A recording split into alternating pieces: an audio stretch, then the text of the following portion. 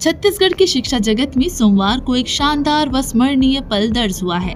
शासकीय engineering college Raipur में इतिहास के मर्मज्ञ, शोधकर्ता और विद्यार्थियों के प्रेरणा स्रोत प्रोफेसर घनाराम साहू जी ने अपने 40 वर्षों के शानदार शैक्षणिक सफर का पड़ाव पूरा किया और विधिवत रूप से सेवानिवृत्त हुए। इस विशेष अवसर पर कॉलेज परिवार की ओर से समारोह आयोजित कर उन्हें ससम्मान विदाई दी गई। कार्यक्रम में समस्त प्रमुख प्राचार्य डॉक्टर एम.आर. खान, सभी विभागाध्यक्ष, शंकराचार्य कॉलेज के प्राचार्य डॉक्टर आलोक जैन, कौशल विकास के अतिरिक्त संचालक अरविंद अहिरवार, समाज सेवी डॉक्टर चंद्रकांत बाग और अरबा छत्तीसगढ़ के संपादक अशोक कुमार साहू सहित अनेक गणमान्य अतिथि उपस्थित रहे। संस्था प्रमुख ने घोषणा करते हुए कहा कि प्रोफेसर साहू की अधिकार क्षेत्र की समस्त देय राशि का तत्काल भुगतान किया जाएगा, जो उनके प्रति सम्मान का प्रतीक है। इस मौके पर समाज सेवी डॉक्टर चंद्रकांत बाग, संस्था प्रमुख प्राचार्य डॉक्टर एम.आर. खान, डॉक्टर आलोक जैन, प्रोफेसर आर.एस. परिहार, डॉक्टर अजय त्रिपाठी और डॉक्टर श्वेता चौबे ने अपने विचार साझा करते हुए प्रोफेसर साहू के योगदान को सलाम किया। प्रोफेसर घनाराम साहू का सफर किसी प्रेरणा से कम नहीं। दिसंबर 1982 से साइंस कॉलेज रायपुर में तदर्थ व्याख्याता के रूप में शुरुआत, फिर इंजीनियरिंग कॉलेज रायपुर में 3 दशकों से अधिक योगदान, तकनीकी विश्वविद्यालय भिलाई के कुल सचिव के रूप में प्रशासनिक नेतृत्व और अंततः सह प्राध्यापक और प्रभारी प्राचार्य के रूप में संस्था का मार्गदर्शन। अपने विदाई संबोधन में प्रोफेसर साहू ने महाविद्यालय परिवार का आभार जताया और मध्य प्रदेश एवं छत्तीसगढ़ सरकार के प्रति 40 वर्षों तक सेवा का अवसर देने हेतु कृतज्ञता प्रकट की। शिक्षा की दुनिया में उनका ये योगदान सदैव अमिट रहेगा। प्रोफेसर घनाराम साहू जी को उनके समर्पण और अद्वितीय सेवाओं के लिए हार्दिक शुभकामनाएं। आज यहाँ पे जी.आर. साहू सर विदाई समारोह, इस अवसर पे आप क्या कहना चाहिए? घनाराम साहू जी और मैं लगभग एक ही समय काल में सेवा की शुरुआत किए थे, तो ये व्यक्तिगत रूप से भी मेरे लिए एक भावनात्मक पहलू है कि वो आज सेवानिवृत्त हो रहे हैं। लेकिन एक अच्छी बात यह है कि मैं उनको सेवानिवृत्त कर रहा हूँ एज ए प्राचार्य। मैं संस्था की तरफ से भी और व्यक्तिगत रूप से अपने और अपने पूरे परिवार की तरफ से भी उनको उनकी जो रिटायर्ड लाइफ है उसमें वो सुखी रहें, समृद्ध रहें, स्वस्थ रहें, अपने परिवार के साथ शेष जीवन गुजारें, ऐसी कामना करता हूँ।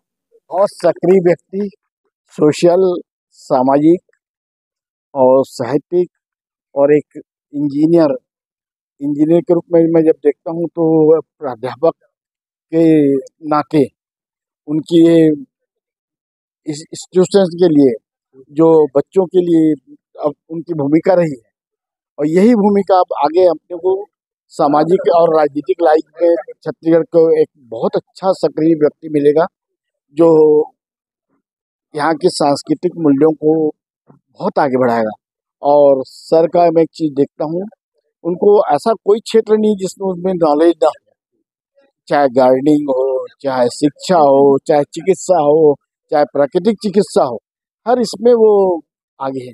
सोशल मीडिया में भी वो बहुत लगे रहते हैं और एक विद्वान है, और उनके सेवानिवृत्ति पर उनके स्वास्थ्य पे अपना ध्यान रखें और परिवार को अपना समय दें, और हम मित्रों को भी बहुत समय दें जो उनके साथ बने रहते हैं।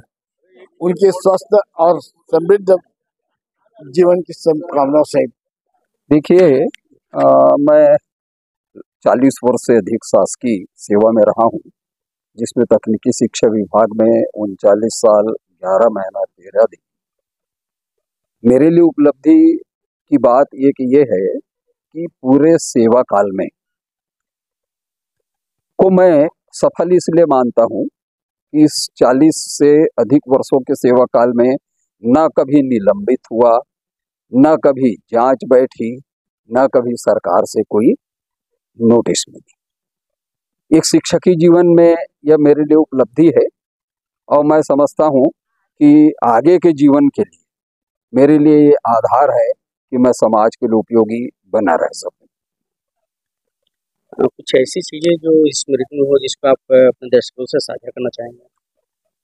देखिए, सबसे बड़ी चीज तो ये थी कि पुराना जीईसी इस राज्य का एकमात्र संस्था थी जिसमें मेरा सब्जेक्ट, मेरा विषय व्यवहारिक भूविज्ञान अप्लाइड जियोलॉजी, इसमें मास्टर डिग्री का कोर्स था।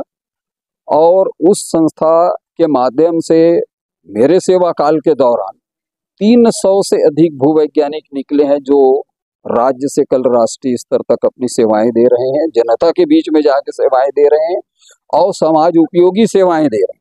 खास करके भूजल संवर्धन, मृदा संवर्धन, इस क्षेत्र में काम कर रहे हैं।